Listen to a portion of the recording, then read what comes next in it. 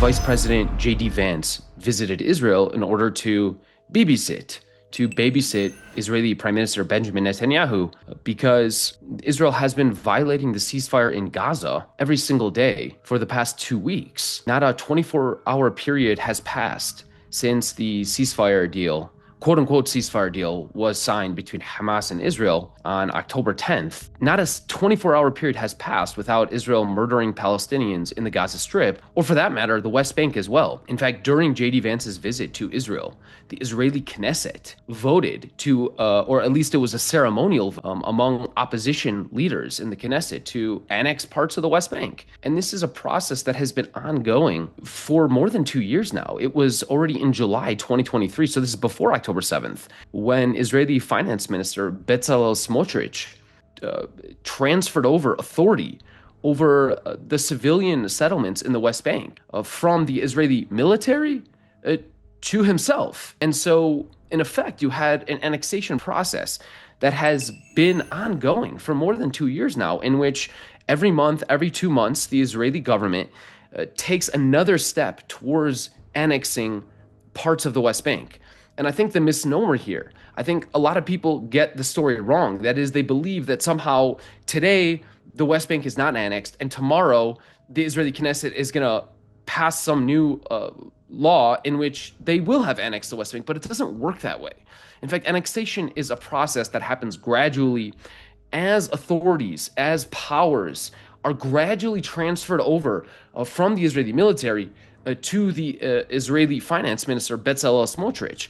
For example, authority over when new settlements can get constructed, authority over when existing settlements can be expanded, authority over the construction of new outposts.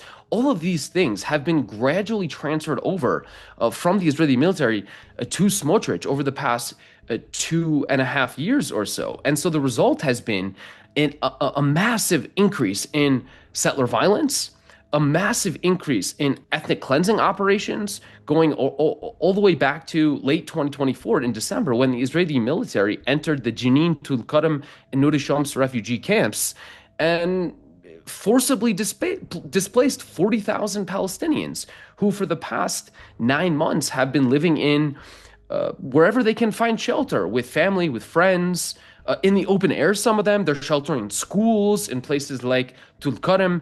It's a humanitarian catastrophe.